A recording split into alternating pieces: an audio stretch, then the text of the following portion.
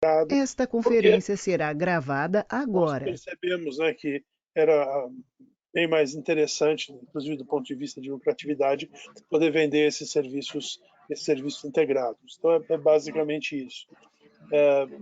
O Décio pediu que eu coordenasse o grupo de carga aérea. Vocês estão Pois não, sediados aonde? Vocês estão sediados Viracopos.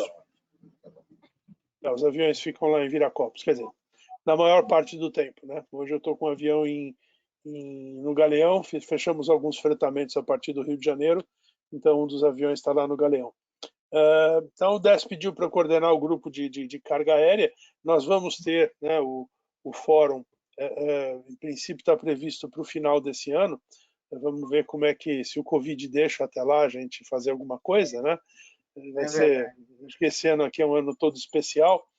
E o que a gente tem que fazer, acho que basicamente o nosso papel é discutir as questões principais que afetam a carga aérea no país, quais são, né, as características do mercado, o que está certo, o que está errado, para que a gente possa preparar um relatório e no fórum, que vai acontecer no final do ano, então, a gente poder fazer a apresentação desse relatório já de uma maneira assim, mais organizada e mais substanciada, em função das discussões que a gente pretende fazer aqui ao longo desses meses que a gente vai ter pela frente. Tá?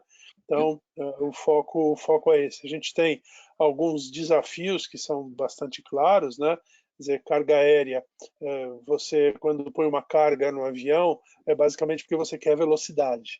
Então, uma das grandes dificuldades que a gente tem no Brasil é a incompatibilidade da carga aérea com os nossos sistemas aduaneiros. A Receita Federal tem feito um grande esforço, tem trabalhado para modernizar a sua relação com os importadores, criou a figura do operador econômico autorizado, e os operadores econômicos autorizados efetivamente conseguem fazer uma liberação muito mais rápida, muito mais expedita das suas cargas, mas ainda assim, no geral, eu diria que na média, a gente ainda está um pouco longe das melhores práticas mundiais no tratamento da carga aérea. E sempre pensando, né? Quer dizer, a carga aérea ela não, de maneira nenhuma está aqui para substituir os outros modos de transporte aéreo. Mas sim, o que é importante na carga aérea é você poder complementar os outros modos, quando você tem necessidades específicas em que a confiabilidade da entrega, a segurança da entrega, a qualidade do serviço, às vezes a mesma segurança física da mercadoria, em função de mercadorias de alto valor, isso é o mais importante. Então, a gente tem vários exemplos, né, desde as mercadorias mesmo de alto valor, tipo celulares, computadores, mas a gente tem também muitos componentes automotivos, né, na medida em que as empresas automotivas passam a trabalhar no sistema de just-in-time, de Kanban, elas ficam sem estoque intermediário, então é muito comum que você tenha quebras no fornecimento. Então, o caminhão sai de São Paulo com caixas de direção para o Onix, que é fabricado em Gravataí. Se o caminhão ficar preso num congestionamento na rodovia, ou se o caminhão capotar na curva do óleo, você não vai ter as caixas de direção para um dia de produção. Então aí você recorre ao transporte aéreo. Então essas são tem que pensar no transporte aéreo de carga como ferramenta para a eficiência logística do país como um todo. Então acho que isso aí já falei um pouquinho de mim, um pouquinho de como assim, a gente vê a carga aérea, né, o caminho de desenvolvimento da carga aérea e sobre o que a gente tem que discutir. Então, quem que fala depois? Ana? Bispo?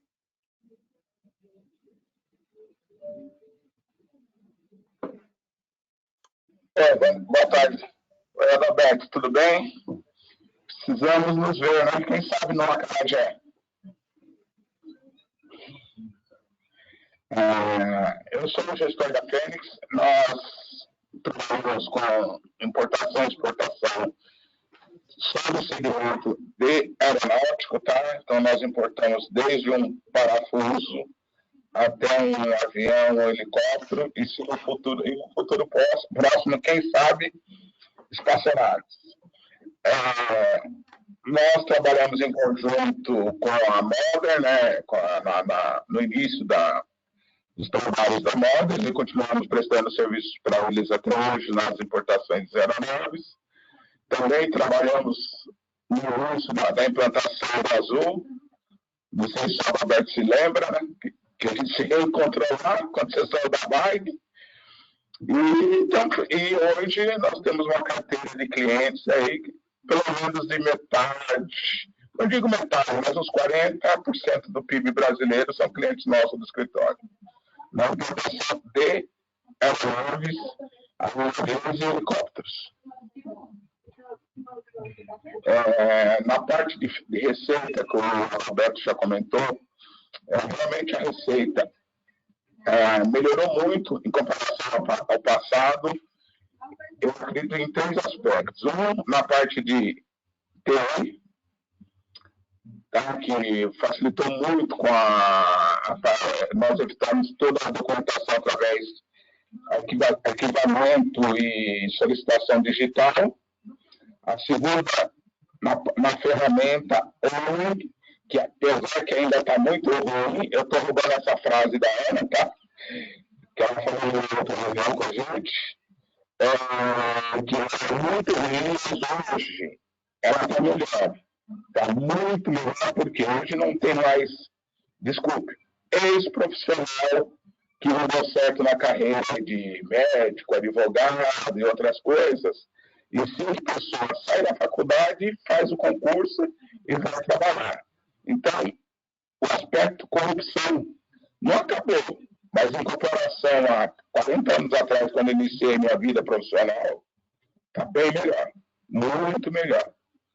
E a terceira os profissionais agora do nosso lado, tá? Que é do meu lado, apesar de ter muita gente ainda, como se diz, tosca, não tosca como pessoa, mas na inteligência, está melhorando muito, porque está vindo pessoas novas com outros pensamentos. Que também na minha profissão, como todo mundo estava acostumado, que os auditores fiscais, os fiscais das fazendas estaduais eram corruptos, então todo mundo já pensava que ia trabalhar com a aduana para também ganhar dinheiro, como a gente chamava antigamente, a taxinha de 10%. E hoje as pessoas não estão mais pensando nisso. Então isso está ajudando muito também o comércio exterior, e que vem a parte de carga aérea, a melhorar muito para facilitar não só o comércio, como a indústria em geral. Quem vai agora, por favor? Legal, Bispo. Ana? Oi, boa tarde. Bispo, você tem um fone de ouvido porque o som está saindo com eco. Não sei se vocês tiveram dificuldade. Foi ruim o som. Se tiver um fone de ouvido, ajuda. Você tem? Não, porque eu não estou nem em casa nem no escritório. Estou fora de São Paulo. Não, deu para escutar, só um mas estava um pouco ruim. Bispo, se você ficar um pouco mais afastado do notebook, talvez o som fique um pouco menos agudo e dê para a gente escutar melhor. Fala alguma coisa, vamos ver. Afastar um pouquinho. Já me afastei, já. Acho que melhorou um pouquinho. Um pouquinho antes de você falar, eu não posso contribuir muito com o evento de carga, na realidade, minha parte é outra coisa, eu só participo dos virtuais organizando junto com o Carlos, e também chamando as empresas para participar. Isso que eu ia falar com vocês, que são de carga, eu falei com muita gente de carga, muita. E muita gente falou que ia participar e não participaram, por N razões, não sei, não vieram. Eu gostaria que vocês também, se pudessem contribuir, porque eu acho tão importante esse setor e acho que é tão importante poder usufruir de toda a expertise do Adalberto, do Coronel, da Ana, entendeu? E eu gostaria muito, porque na realidade são os problemas que vocês precisam, que enfrentam, e alguns problemas que eventualmente, nesse momento, acho que nenhum, né? Devem estar nadando de braçada, né? Porque não tem outra coisa para fazer. Ontem eu liguei na Tio Flex, o Wendel, que é praticamente meu filho, o Wendel ficou de vir também, porque ele falou que está nunca trabalhou tanto, que a Tio Flex está super bem, não teve nenhum problema com essa crise. Então, quer dizer, e vocês é que podem trazer contribuições e sugestões de melhoria, de problemas e outras coisas mais. Então, se vocês puderem contribuir para o próximo, de chamar mais alguém, porque eu conheço várias, e todas elas eu fiz contato pessoalmente e não vieram, mas, enfim, também não podemos obrigar, né, Febeliano? Então, Aninha, pode falar. A gente sabe que é assim mesmo, né? Não, e quem fala muito, quem conhece o setor, quem sabe, é o Décio, mas ele teve um problema de saúde e não teve outro jeito a não ser sair para fazer os exames, porque ele não estava bom. Tá ok, Malu, vamos tocando aí. Não. Então, só me apresentando, eu sou a Ana Quirino, trabalho na National Freight. National Freight é um agente de cargas. Nós fazemos o transporte internacional. E eu trabalho nessa área do aeronáutico, eu trabalho um pouco aí com o BISP, com outros clientes também. Mas o aeronáutico, a parte de peças, partes e peças e helicópteros embarcados via aéreo, via marítima, representa 5% do nosso movimento, que a gente trabalha mais carga geral. Então, componentes eletrônicos, insumos, matéria-prima para a indústria automobilística. E a gente trabalha uma média 50%, hoje está mais o aéreo cresceu muito por conta das urgências que tem hoje no mercado, mas antes do Covid, porque tem duas etapas hoje na vida da gente, antes do Covid e depois do Covid. Então, nós estávamos 50%, e hoje nós estamos quase 70% aéreo e 30% marítimo. E o objetivo, Coronel Marcel, a Voe São Paulo está ligada com a DAESP, é isso? Está na guarda-chuva da DAESP. Não, então, esse é um grande desafio, vou explicar para vocês. Existe convênio entre União, Estados e municípios, e a partir daí vem a outorga para o privado. Ou seja, no fundo, o nosso contrato é com a agência reguladora. A Voa São Paulo não está abaixo do DAESP. Ela está ao mesmo nível do DAESP. É como se o DAESP fosse uma Infraero e eu fosse uma Gru Airport, entendeu?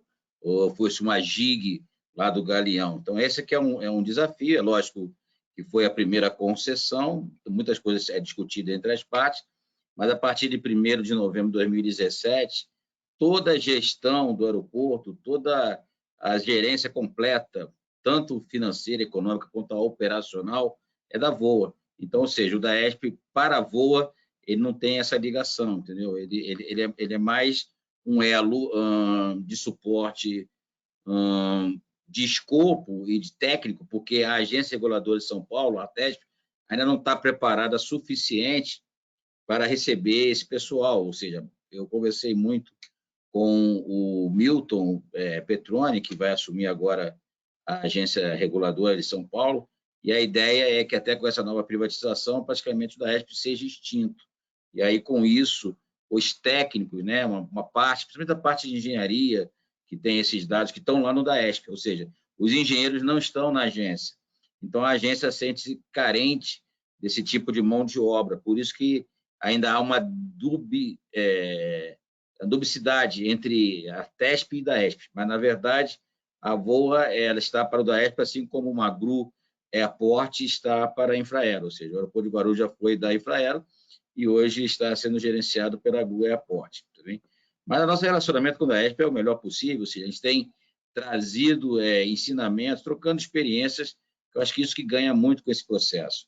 Eu tive o privilégio de servir 2 anos na Inglaterra e eu fui eu fui gestor de carga na Europa, de toda a Força Aérea Brasileira. Então, alguns agentes de carga internacional até hoje mantêm contato comigo, Então, a gente tem visto muito esse incremento da demanda, mas com muitos óbices, praticamente, como o custo marítimo é muito menor do que o processo, então, na maior parte das vezes, as cargas internacionais, aquelas cargas atípicas, que não tinha muito valor agregado, ela sempre viria de marítimo, não tem a menor dúvida em cima disso. O modal no Brasil, nós temos ainda uma malha, eu falei isso com o ministro Tarcísio no início do ano, mais ou menos, na reunião que nós tivemos junto, a gente ainda está muito preso ao modal rodoviário. Tanto que essa concessão que teve aí da Rumo, né, que é do Grupo Cosan, lá do Rubens Ometo, ela conseguiu esse pacote aí da Ferrovia Norte-Sul. Eu acho um excelente processo, mas eu não sei se o Adalberto e o Bispo vão concordar, mas eu tenho a impressão clara, primeiro que aumentou muito a demanda, né, pelo material aéreo nesse período agora de Covid, né? E é óbvio que aumentou a demanda, o valor da carga também aumentou, que muitas empresas de carga ficaram bem nesse processo em relação a outros segmentos. Mas eu imagino que esse desafio, não só na parte burocrática, por exemplo, o pessoal da China recentemente, eu tive que trazer um material de lá, os caras inventaram dentro do Incoterm um FOB porta do aeroporto. Nem está previsto isso nos Incoterm mundiais, e eles inventaram isso. Ou seja, como eles estão com as fábricas abarrotadas de material, eles não querem saber de ele levar lá e ficar achando um terminal no aeroporto. Tipo, eu entrego na porta do aeroporto e o agente de carga e a empresa aérea que se vire para levar para fora, né? Então, eles inventaram, o chinês inventou um FOB porta do aeroporto. Não sei se o Adalberto já tinha visto isso, mas, de qualquer maneira, os danados inventaram isso, tamanha é a demanda. Eu, por exemplo, eu tenho intenções, eu tenho estudado esse assunto, de levar um terminal logístico, senhoras e senhores, lá para o nosso aeroporto em Itanhaém. Eu tenho um hangar pronto, que foi outrora operado pela Líder Táxi Aéreo por conta do offshore da Petrobras. Não acredito que a Petrobras ela retorne para lá. Apostei muito naquela questão do leilão do pré-sal, mas tiveram alguns problemas no final do ano passado, e agora com o Covid, eu acho que esse negócio é tudo delay, né? Vai tudo para frente. Então, eu tenho feito muitos cálculos nisso aí, e eu estou realmente empolgado com a questão da carga. Então, a gente pode explorar isso aí no nosso seminário, enfim, no nosso fórum, porque eu tenho certeza que essa carga ela tem uma demanda bem maior. Eu estou na dúvida se eu coloco um armazém aduaneiro dentro do aeroporto ou não. Ou seja, essas discussões ainda estamos avaliando em termos de impactos, mas o fato ter a capacidade de armazenar essa carga, fazer essa distribuição através de empresas de carga correta, de logística, eu concordo com o pensamento do Adalberto. Quanto mais tiver a logística integrada, melhor, entendeu? A gente percebe muito isso. Quem busca a carga aérea, ele busca velocidade e busca a integração. É muito mais de se esperar um DDR, um DDU, do que propriamente um FCA. Lá na Europa, a gente usava muito FCA porque barateava o custo. Então, nós tínhamos armazéns espalhados nos países na Europa. Nos Estados Unidos, não. Era um armazém, a Força Aérea tem um armazém único lá, em Temple Hill, lá do lado de Washington. Então, a gente trazia tudo num pacote só. Mas a gente percebe que os contratos de contêineres de navio, a diferença era gritante. Então, para agregar esse valor, eu tenho certeza absoluta que isso aí é um excelente desafio. Mas eu concordo com o Bispo, essa parte da carga, diferente da parte comercial, é uma parte que, infelizmente, esse câncer, que é maior do que o Covid, na minha humilde opinião, chamado corrupção, ele detonou muito o processo, ou seja, você percebia que se você não pagasse, o desembaraço não acontecia e, consequentemente, a capatazia, o demorge ficava por conta de quem está importando, entendeu? É complexo isso aí. Eu senti isso na minha pele. Isso, como o nosso colega aqui, nosso amigo Bispo já colocou, de uns anos para cá, isso tem mudado muito. Eu, particularmente, eu não vejo mais essas ações junto dos nossos clientes, e o bispo, como falou, que ele trabalha direto na parte da liberação. Isto é bem raro hoje de acontecer, então está mudando. Graças a Deus, dentro das repartições, está alterando essa situação. Então, mas isso é bom, porque aqui a gente tem toda a cadeia hoje aqui nesse grupo pequeno, né, Malu? O importante não é a quantidade, eu acho que é a qualidade Eu sempre quero aproveitar demais o Federiano, entendeu? Sempre. Eu quero aproveitar sempre demais. Então, aqui nós temos o Internacional, que sou eu, até se o Coronel Marcel precisar de alguma... Onde que é a sede? Onde que é a sede sua, Em Ana? São Paulo, eu estou na Vila Mariana. Tá? E depois a Malu vai me passar o contato, eu quero conversar com o senhor. Então, o propósito do fórum que eu ingressei no fórum no ano passado, que foi o fórum que teve em novembro, né, Maria Lúcia? Malu.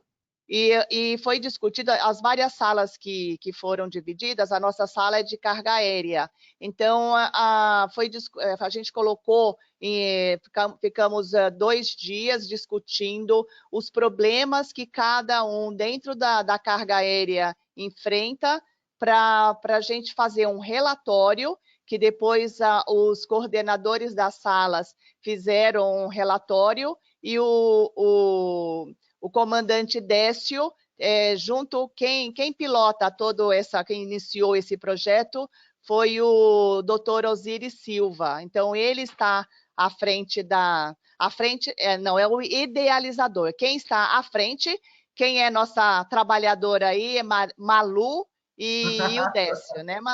A Malu põe a... O que está sendo feito com esse relatório? O que de fato foi feito? Então, aí esse relatório o que foi produzido ano passado, até tem um vídeo dentro do fórum que tem nas redes sociais, tem o pessoal o pessoal da equipe da Maria Lúcia mandou para todos os participantes, o doutor Osiris e o Décio e mais alguns coordenadores foram a Brasília e tiveram a reunião com o ministro Tarcísio. Então, para apresentar os problemas e as reivindicações dos setores.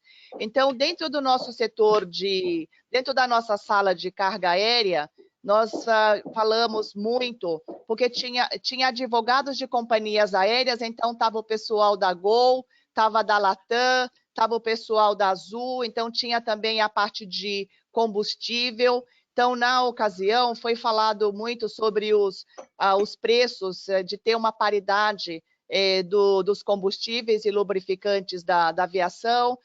Foi falado da tributação excessiva dos combustíveis. Foi falado também a parte que envolve aí o seu trabalho dos aeroportos secundários nos centros metropolitanos, principalmente em São Paulo. Os excessos de regulamentação, que aí é a burocracia, que o bispo e o Adalberto já colocaram, que é o que a gente enfrenta muito dentro do nosso setor. Os processos são burocráticos e complexos. Algumas vezes a gente tem algumas situações que a gente não sabe quem é o responsável e quem pode resolver de uma forma mais rápida para evitar custos, porque qualquer problema que você tenha dentro do processo de importação ou processo acho que a maioria no processo da importação demora, e isto eleva muito o custo, principalmente porque o custo da armazenagem é alta, e é um outro assunto também que a gente conversou, da descentralização dos terminais. O senhor deu a experiência de Europa e Estados Unidos. Na Europa e nos Estados Unidos não tem centralização de terminais como nós temos aqui. Que a carga tem que chegar no GRU Airport, tem que ficar ou na Infraero, então a gente não tem opção, é eles e acabou. Então, foi discutido também essa descentralização. Foi falado também dos sistemas que já melhorou bastante, que é a parte do TI, da Receita Federal. Cada vez a gente está com sistemas melhores, e o que depende de sistema da Receita Federal tem uma agilidade. Aonde que tem o problema que a gente enfrenta muito na parte de fiscalização. Então, também a gente conversou de ter essa descentralização e tirar esse poder que fiscal tem, porque o fiscal tem um poder muito grande dentro das decisões de uma liberação, porque ele é autoridade, também porque ele responde por qualquer problema que tenha numa carga que ele libere, ele também é responsável. Então, a gente também debateu sobre esse poder excessivo que tem das autoridades. Então, acho que no geral foi isso que nós discutimos. E hoje, o que o comandante Décio resolveu abrir o fórum online? Porque hoje o setor aéreo tem vivido, principalmente, a maioria, as companhias aéreas têm sofrido problemas enormes, porque tem muitas companhias aéreas paradas, sem condições de voar. Não é o caso a parte de carga aérea, porque carga aérea nós estamos trabalhando, graças a Deus, né, Adalberto e Bispo? Mas as companhias aéreas, a Latam, por exemplo, a informação que eu tenho, eu não sei se está atualizada neste momento, mas eles estão operando só 5% da frota, então é muito pouco, 95% dos aviões parados, e avião parado custa mais do que avião voando, né? Então, e com um custo muito alto dos custos fixos. Então, o que a gente conversou nas primeiras reuniões que nós fizemos, que o comandante Décio tem muito, como ele está acompanhando, e já esteve com o ministro Tarcísio, e conversou muito com as várias empresas que estão envolvidas dentro desse fórum. Hoje, o principal é falta de dinheiro. Então, o que todas as companhias aéreas, o setor de transporte está buscando parte financeira para sobreviver esse período. Então, a gente parou nessa discussão, e hoje é a nossa primeira reunião para a gente colocar os problemas. Então, o objetivo, o intuito dos nossos encontros online é para atender a essa necessidade deste momento que a gente está passando, do isolamento, da parada de alguns negócios, porque muitas empresas não vão conseguir se manter, e a preocupação é principalmente das companhias aéreas, que eu dependo das companhias aéreas, porque senão as companhias aéreas não conseguem, não sobrevivem, mais problemas que a gente está enfrentando hoje.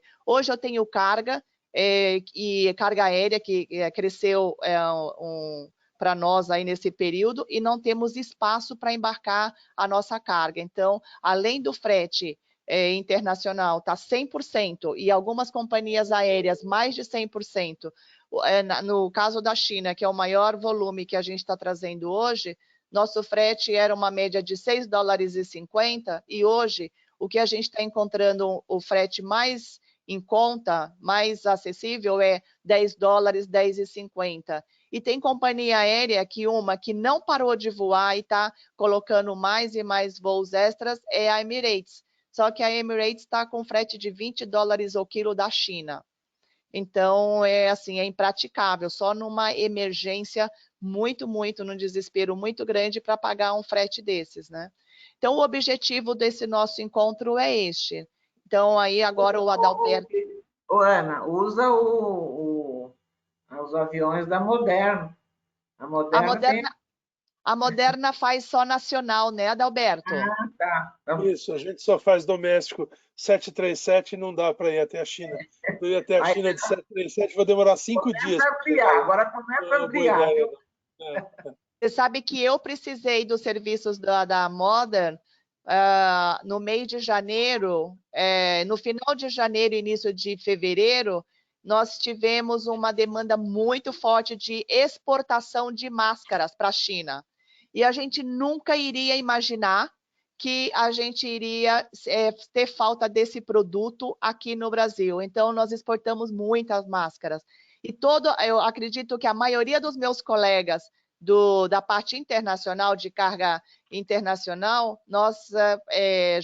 o final de janeiro, início de fevereiro, nosso movimento, nosso faturamento foi máscaras. Na importação, hoje, a gente não está fazendo muito essas cargas de máscaras, porque é um volume grande que está chegando, e a maioria, pela urgência, está optando pelos os voos charters.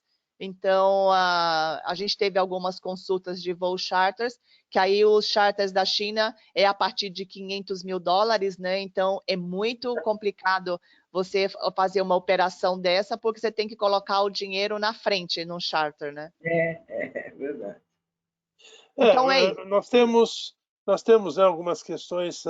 Eu nem sei se as empresas aéreas são a maior preocupação, né? Porque as empresas aéreas, o BNDES já disse o que vai fazer. Concordo que o processo poderia estar andando um pouco mais rápido, mas o BNDES já disse que vai dar 3 bilhões de reais para cada empresa, estão lá só acertando as condições do empréstimo. Então, isso pelo menos já tem um encaminhamento.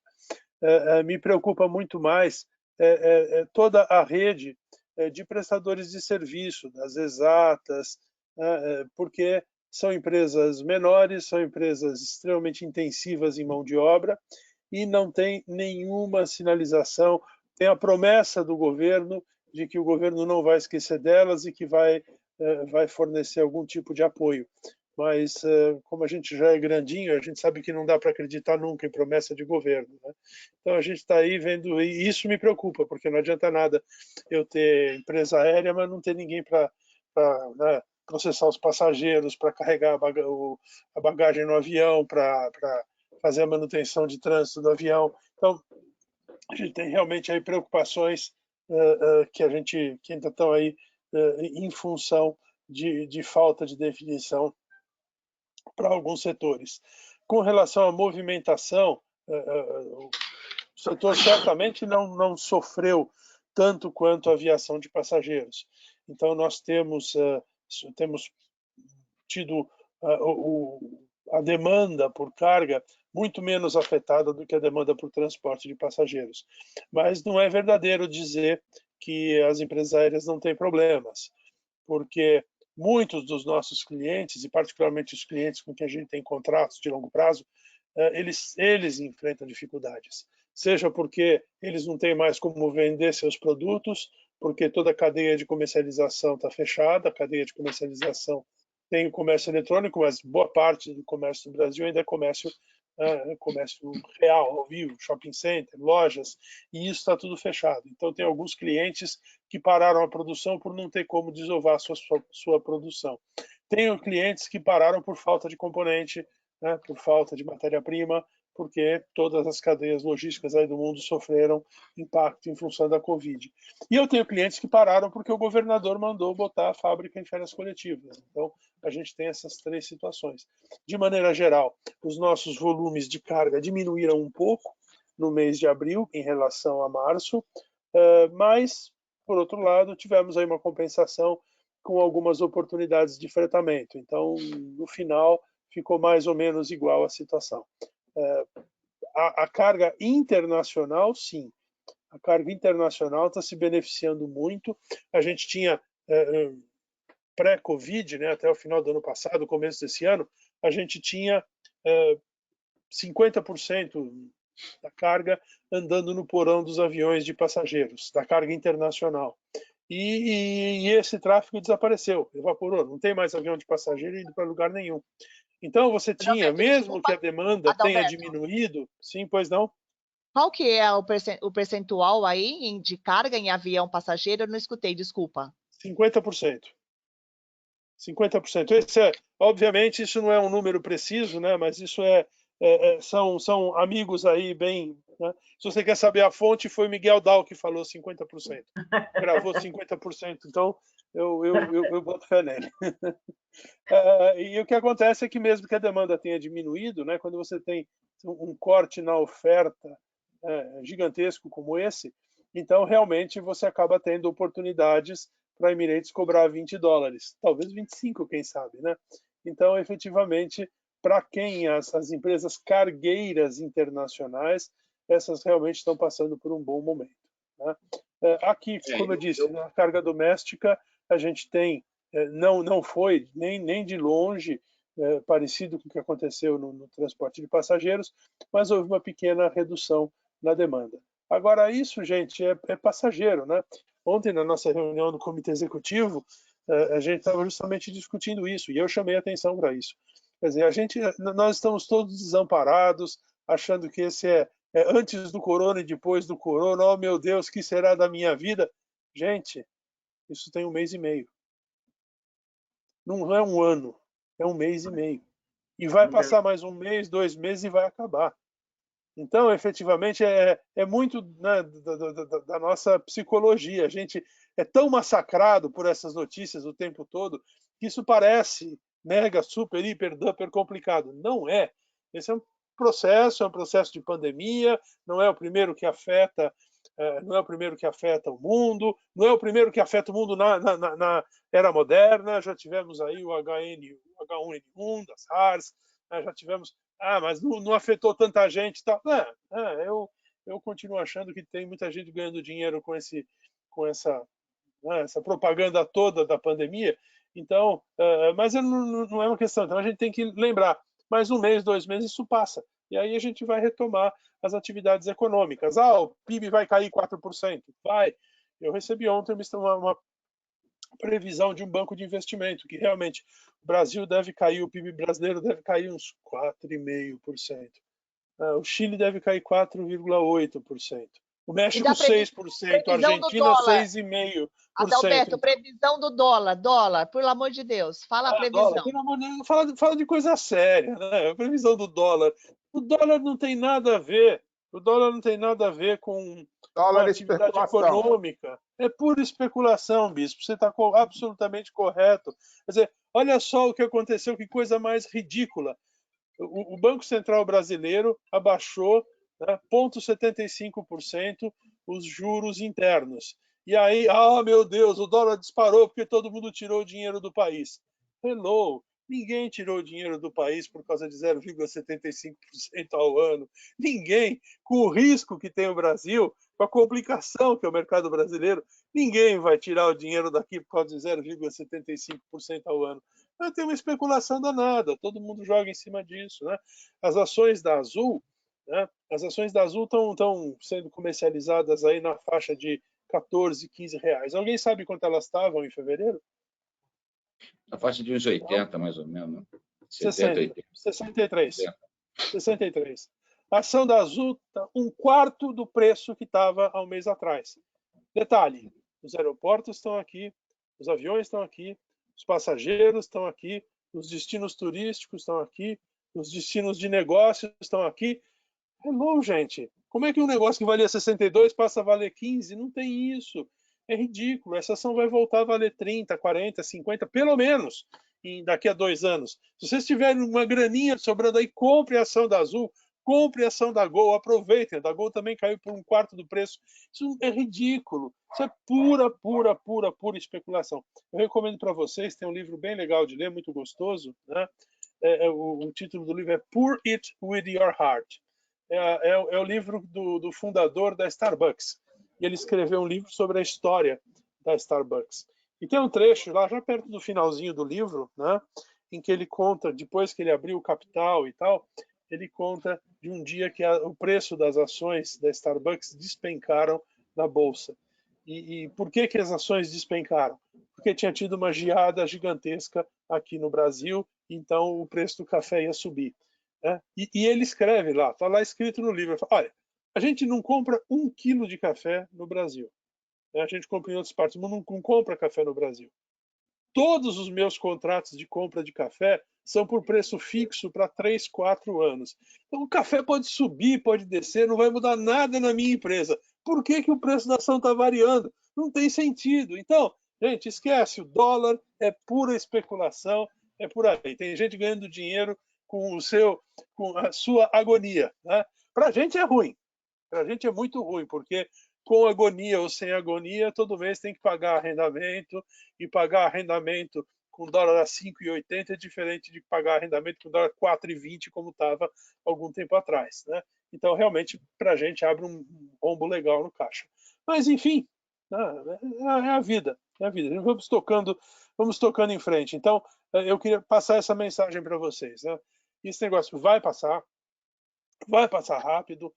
Não sei se vai ser tão traumático assim. Eu acho que é natural, no que nos afeta a carga aérea, é natural que a demanda por viagens internacionais de passageiros demore para se recuperar. Por quê? Porque a pandemia não atacou o mundo inteiro ao mesmo tempo. Então, está acabando a pandemia na Itália, está acabando na Espanha, ainda estamos no meio no Brasil, estamos no meio nos Estados Unidos, a África ainda não chegou, tem países da Ásia que ainda não chegou. Então, à medida que você vai tendo, né, a doença vai se espalhando em localidades diferentes do mundo, você vai tendo as medidas tradicionais de fechamento de fronteiras, né? Então, aí, pelo menos até o terceiro trimestre, aí, a gente vai ter um movimento de fechamento de fronteiras e dificuldade para o tráfego internacional de passageiros por via aérea. Então, esse ano realmente acho que vai ser muito difícil. Eu acho que a expectativa, o que eu tenho ouvido por aí em alguns seminários, é que a expectativa de que o tráfego internacional de passageiros comece a se recuperar em 2022. Não só esse ano está perdido, como o ano que vem também vai ser grandemente perdido. E se 50% da carga estava nos aviões de passageiros e não vai mais ter passageiro, o que é que vai acontecer? Nós vamos ter frete caro e vamos ter uma predominância das empresas internacionais cargueiras. Isso é o que a gente pode esperar aí, pelo menos mais um ano. Em nível doméstico, a retomada deve ser bem mais rápida. A China, você já está vendo aí, já está chegando a quase 50% o tráfego de passageiros em relação ao que tinha lá em outubro, novembro do ano passado. Então, a retomada do tráfego doméstico deve ser relativamente rápida em países onde o tráfego doméstico é importante, né? Quer dizer, não tem sentido a gente falar de tráfego doméstico de passageiros na Holanda, na Bélgica, mas no Brasil, nos Estados Unidos, na Austrália, no Japão, países que dependem muito do transporte aéreo, no Canadá, países que dependem muito do transporte aéreo doméstico, a gente deve ver uma retomada dos voos aí ao longo desse ano mesmo. Eu acho que já para metade do ano que vem, não vai estar ainda com 100 milhões de passageiros por ano, mas a gente já vai ter uma malha, né, bem abrangente, já vai ter bons voos, boas opções de horário. Então, provavelmente, em termos de carga doméstica, no porão dos aviões de passageiros, né, a gente deve estar melhor logo em algum ponto aí na metade do ano que vem. E por que isso é importante? Porque é só a carga no porão dos aviões de passageiros que permite uma capilaridade neste momento em que não tem muitos operadores domésticos de carga no Brasil. É só o transporte regular de passageiros que permite uma capilaridade. É só imaginar, a gente tinha 140 cidades atendidas pelo transporte aéreo regular de passageiros. Esses 140 cidades, é óbvio que se eu pegar os meus Boeing 737, eu vou voar para quantas cidades do Brasil?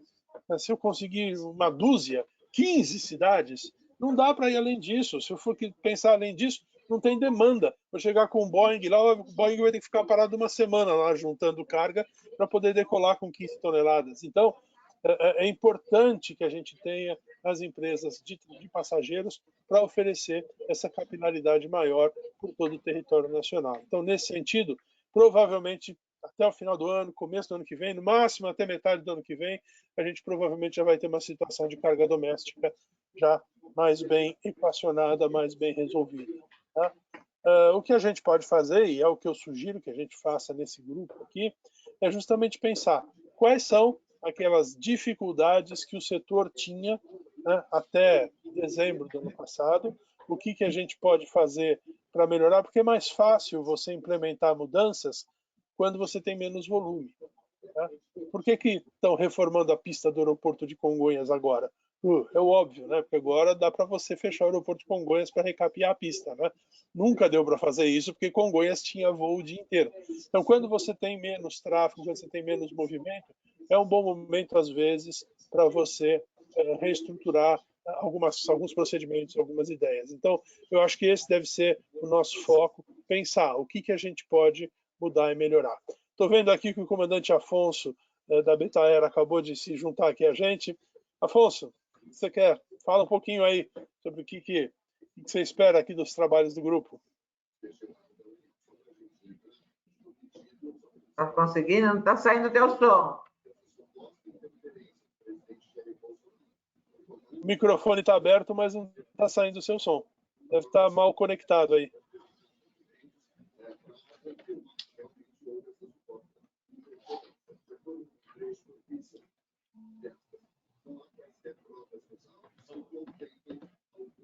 Fernanda tem coca, viu, Fernanda?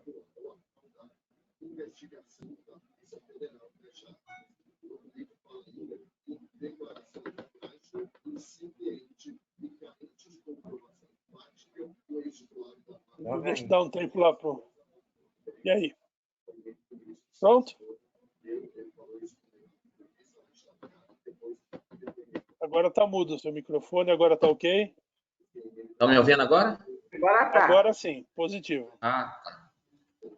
É problema de BIOS.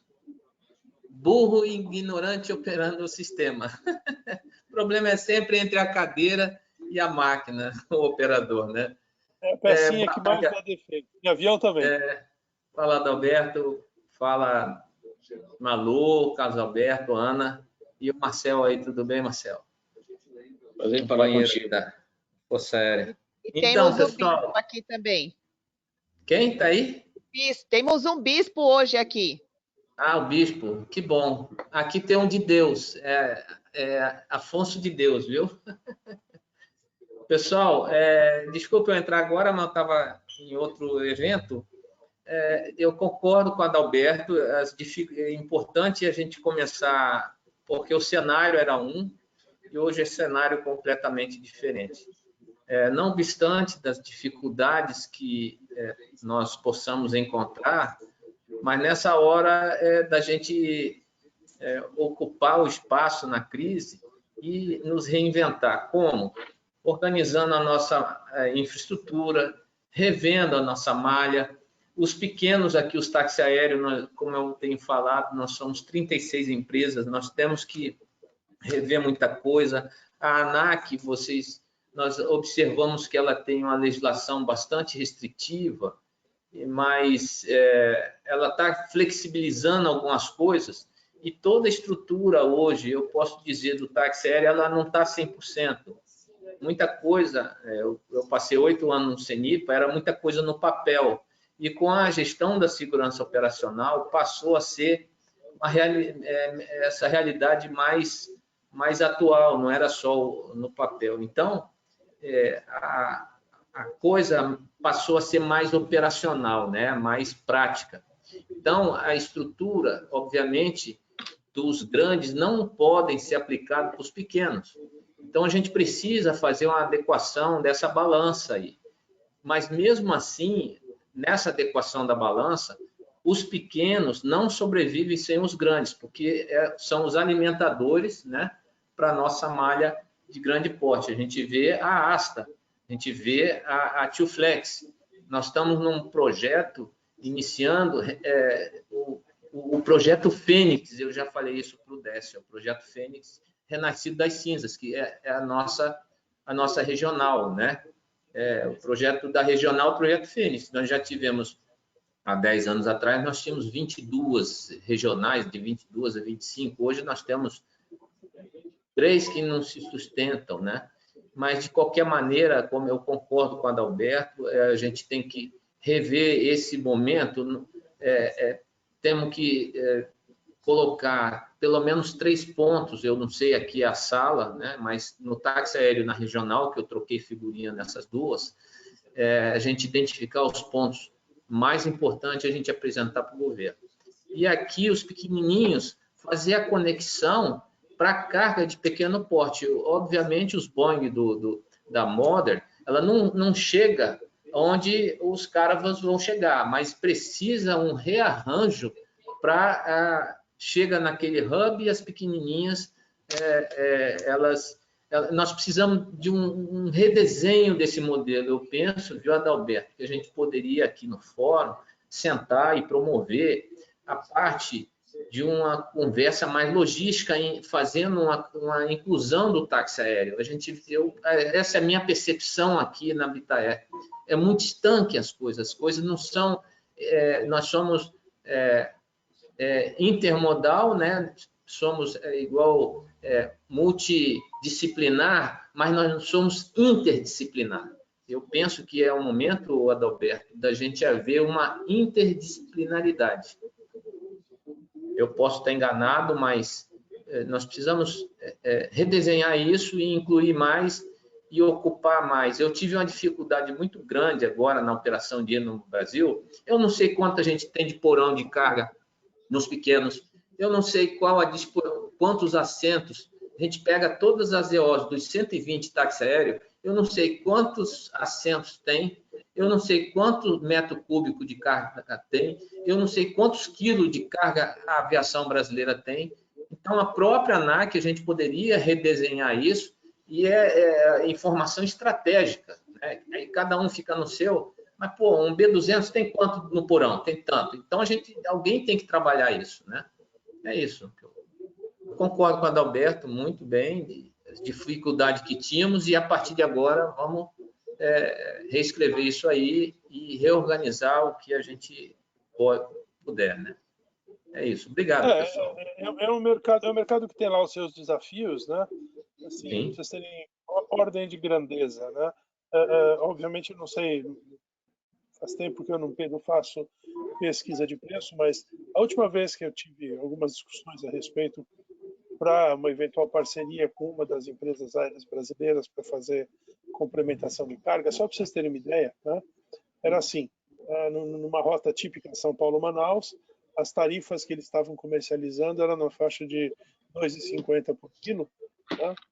E a tarifa que eu precisava para equilibrar meus custos era de 4 por quilo.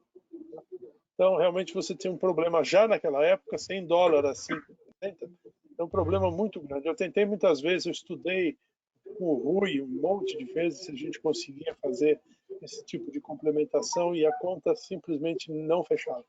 Não fechava. Então, é um desafio. Agora, é aquilo. A gente precisa lembrar que no finalzinho do século passado, né, 98, 99, tinha 3 voos cargueiros por dia para Porto Alegre. 3. Não, 727, 25 toneladas cada um. Então, você tinha 75 toneladas de oferta de carga aérea por dia em Porto Alegre de São Paulo. Hoje não tem nada, zero, caput.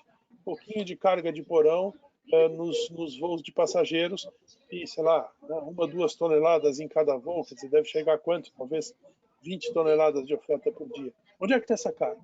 Porto Alegre não diminuiu de tamanho, não perdeu população, não perdeu o número de empresas.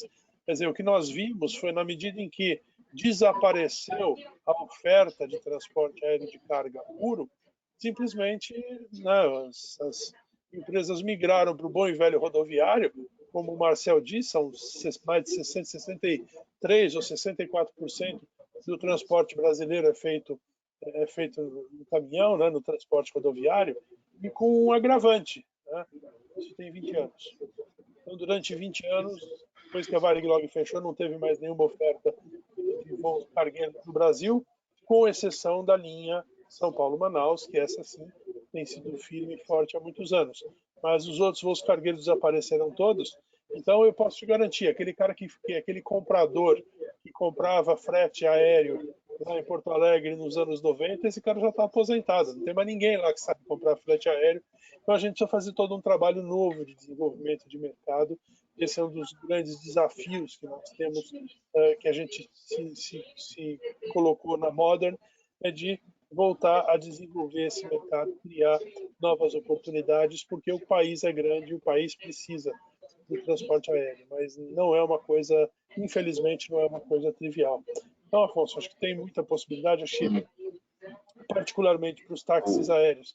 Eu vejo coisa muito, muito importante em regiões de baixa densidade populacional, mas renda elevadíssima, né? O caso clássico aqui do Centro-Oeste.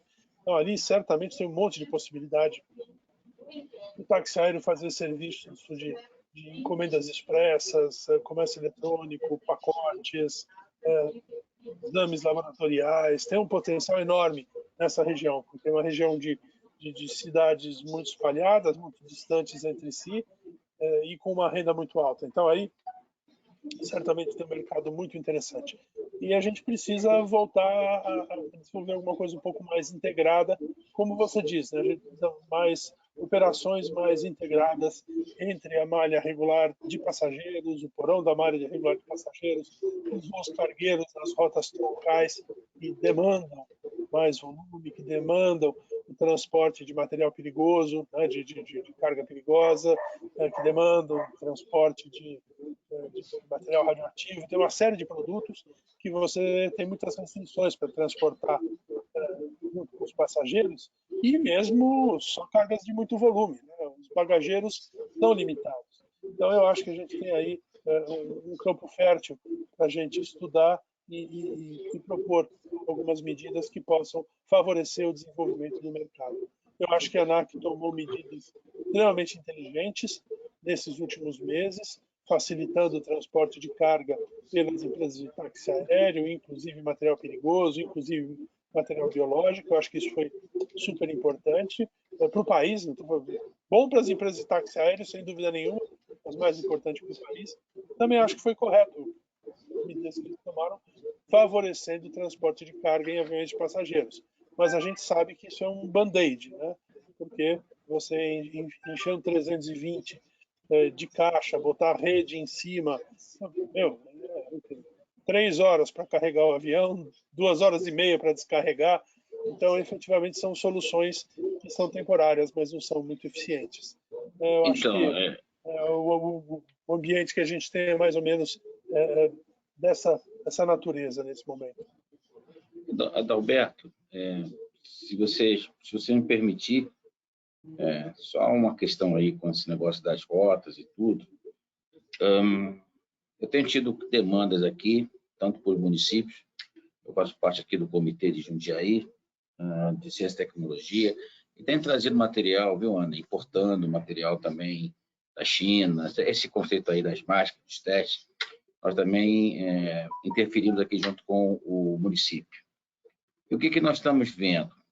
O custo da carga subiu radicalmente, né? Ou seja, você percebe isso, os voos charter estão lá, os internacionais, principalmente, né? Estão batendo recorde. Eu fui conversar com a Latam, precisava trazer uma encomenda lá de fora, o voo da Apsa, que era aquele 767 que está aí, que estava em Viracopos.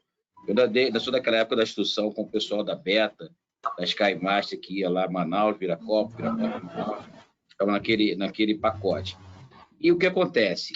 Essa adaptação de um 777, por exemplo, para usar só a parte econômica e botar as redes e fazer esse carregamento, que dá muito mais trabalho, vou dar uma coisa para vocês, o custo do frete ficou 1/3 do preço. O custo do frete ficou, para mim, 1/3 do preço. Então, uma interrogação. Outra questão, que a gente tem visto isso até um pouquinho, na época que eu ainda estava implantando a gerência conceitual do 767 na Força Aérea, que a OTAN faz muito isso, que é aquele conceito do híbrido. Ou seja, o MRTT é um Airbus 330 híbrido, o MTTT vai ser um K-46, que hoje o americano está usando para usar. Ou seja, eu tenho a impressão que esse mercado, posso estar enganado, Roberto, até me desculpa, eu tenho a impressão que ele não virá mais com a carga exclusiva. Eu aposto muito mais no processo híbrido, ou seja, onde você vai estar, sei lá, 1/3 do avião é carga, com porta de carga, e 2/3 é passageiro, tirando aquele assento do meio. Acho pouco provável que nós voltemos a ter aquele custo que as empresas tinham. Eu falei isso ontem com o pessoal da Azul, que estava aqui conosco, da TWO, aquele conceito de que é o ASM, né, a Variable Seat Per Mile, ou seja, quanto mais carga, mais assento eu tiver ocupado, eu consigo ter negócio. Eu acho que a gente vai diminuir o pós-Covid, vai diminuir drasticamente a quantidade de passageiros dentro do avião. Mesmo que leve um ano e meio para recuperar, 2 anos para recuperar, o movimento da própria American Airlines de migrar, começar a trazer essa questão da carga, eu não ficaria surpreso de termos aqui alguma coisa híbrida nesse processo. Então, eu acredito, talvez, isso que eu acho que a Ana comentou, de não ter a centralização, eu também não gosto disso, eu não gosto daquela centralização de carga no Tecla lá do Galeão, de Guarulhos. Para vocês terem uma ideia, a Voa São Paulo está trabalhando com um projeto, tem alguns NDAs com a Suécia e com alguns russos, de usar a cultura do drone para levar a última milha, ou seja, o last miles, que vai sempre acontecer, essa parte final. Nós estamos agora lá em Viracopos colocando uma empresa de distribuição, centro de distribuição logístico da empresa Quality, que vai fazer a integração. Aviões menores, tá, Afonso? Aviões não vão passar do tamanho de um Cargo, entendeu? O custo é menor, entendeu? Mas essa capacidade de levar a última milha, entregar até o consumidor final, talvez, posso estar enganado, amigos, mas talvez seja uma nova realidade que nós vamos enfrentar, entendeu? Acho que aquela questão dos aviões carregados, de ter um 767, 777, pronto. Eu estou entrando no processo aí, estudando os novos aeroportos de São Paulo. Ribeirão Preto tem um baita de um terminal lá que não andou, e aquela carga não foi para lá. Para minha visão, eu até falei isso com a agência reguladora, o aeroporto de Ribeirão Preto poderia se tornar um belo aeroporto cargueiro, até pela sua posição estratégica. Porém, não andou, porque começou-se a discutir que a pista lá é pequena para um 777. Ou seja, começa aquele conceito, tem que adaptar a pista para botar um avião maior. É o contrário. Hoje, por exemplo, nos meus aeroportos, nós estamos trabalhando, a maior pista que eu tenho é de Amarás, 1.600 metros, mas a de Itaém, a 1.350 a nível do mar, consegue decolar full.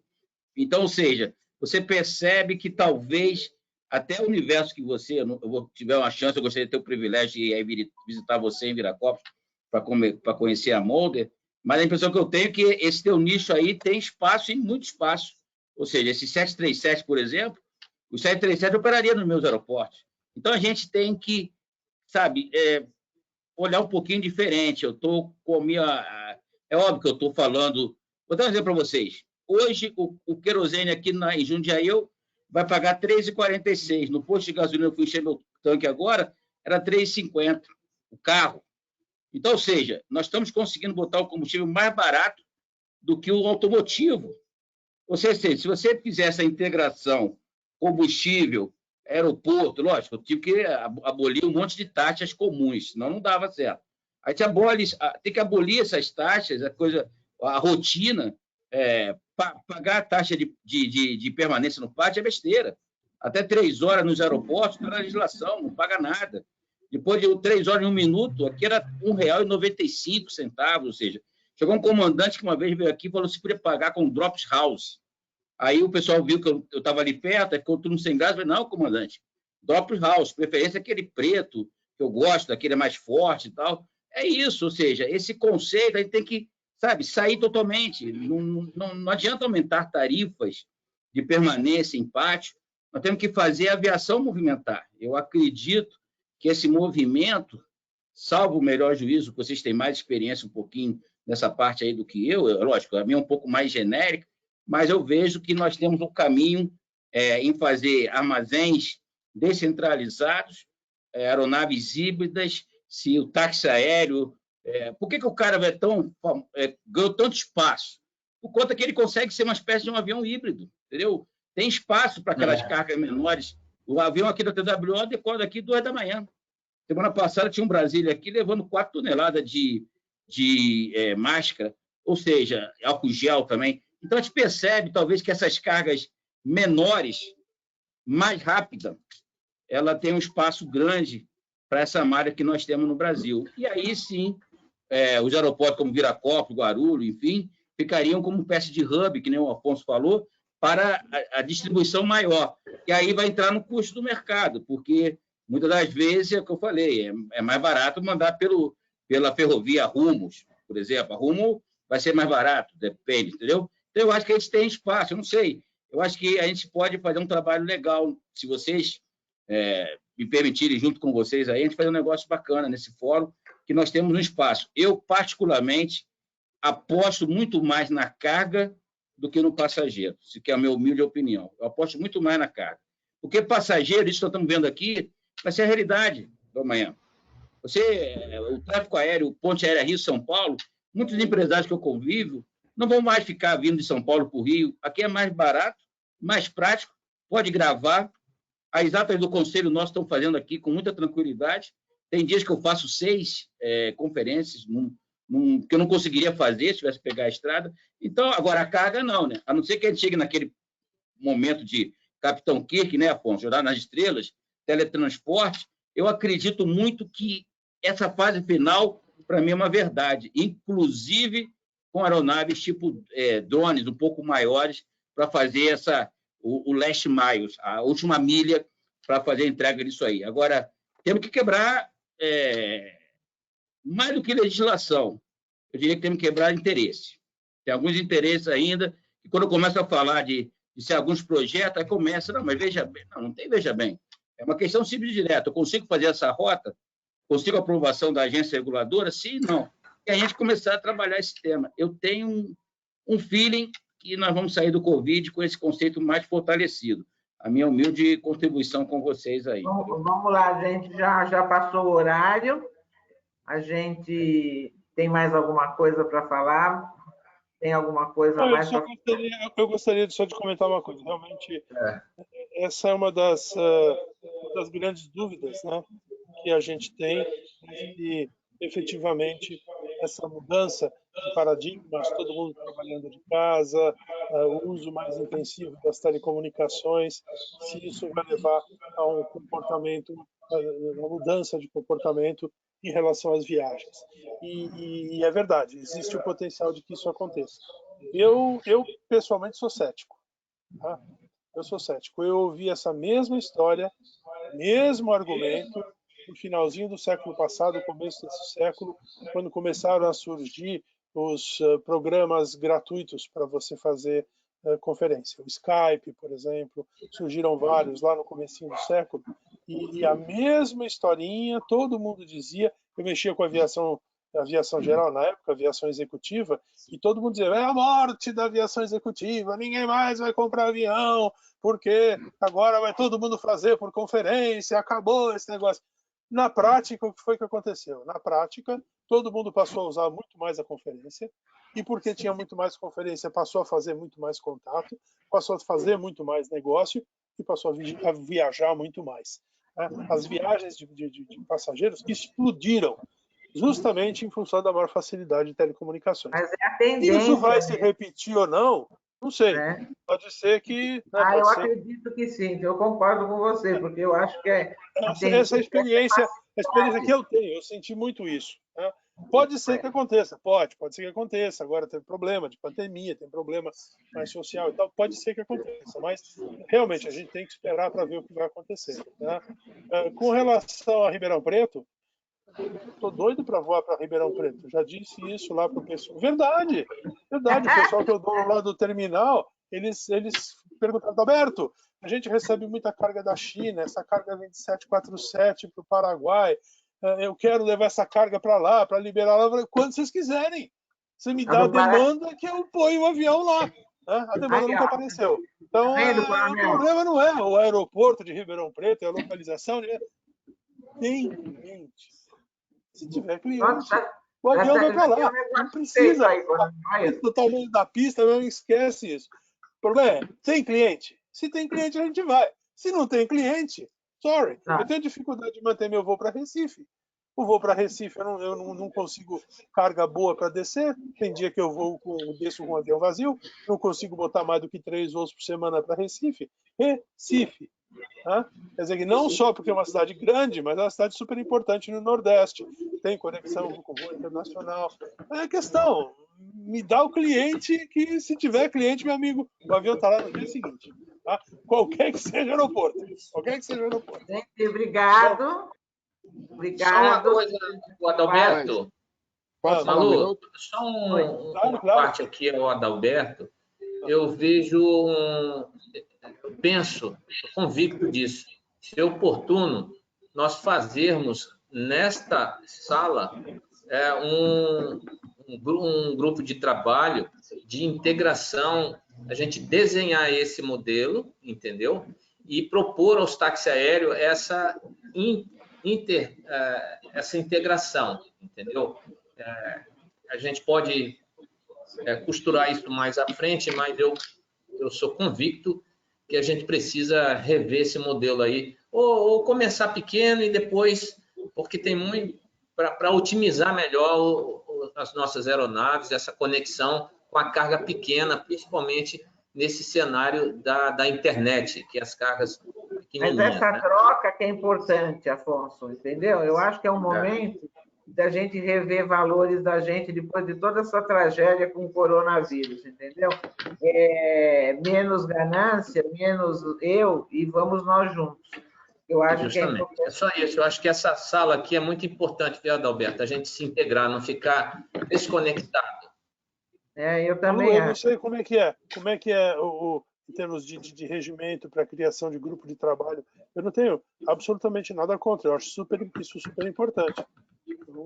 Vocês têm alguma coisa? Tem algum procedimento para isso?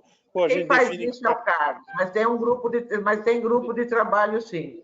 Mas aí depois a gente... Não, Afonso, aí, ó. Eu tô aqui ouvindo. Isso e propor. O Carlos vai dizer, porque o Carlos estava do Carlos. Eu estou ouvindo. Na verdade, essas reuniões, essa é a primeira reunião de várias que nós vamos ter. Semana que vem, sexta que vem, teremos uma nova reunião da sala de carga aérea. O ideal, como a Malu já mencionou, a gente pode adicionar pessoas bem relevantes que possam contribuir, deixar essa reunião cada vez mais rica, né, com pautas bem definidas, para a gente conseguir produzir nessa 1h15. Isso tudo vai para o documento, né? Isso vai ser tudo isso que nós falamos hoje, que vocês falaram, vai para o documento, para o relatório, e o comandante vai juntar semanalmente esses relatórios da sala no documento oficial. Né, Carlos? E nós temos um grupo no WhatsApp, nós temos um grupo no WhatsApp que lá, qualquer coisa fora da reunião, pode se comunicar por lá. Tem pessoas que vocês queiram que eu adicione, me avisa que eu adiciono, me passa o contato e vocês se comunicam por lá. Eu vou, inclusive, o vídeo dessa reunião, acho que até amanhã eu consigo postar para quem não assistiu poder ver e estar a par do que foi falado. Tem muita gente que não participa, às vezes não tem tempo, às vezes não tem interesse, mas depois que vem o vídeo, acabam querendo participar, entendeu? Eu mesmo agora no meu WhatsApp recebi vários, uns 4 ou 5, que pena, não deu, tal. Quer dizer, na realidade, eu acho importantíssimo essa parte das cartas, entendeu? E como foi feito no fórum, foi junto com a regular, não foi, Fabiano? Eu acho que botaram a carga junto com a linha regional, Quantos regular, grupos né?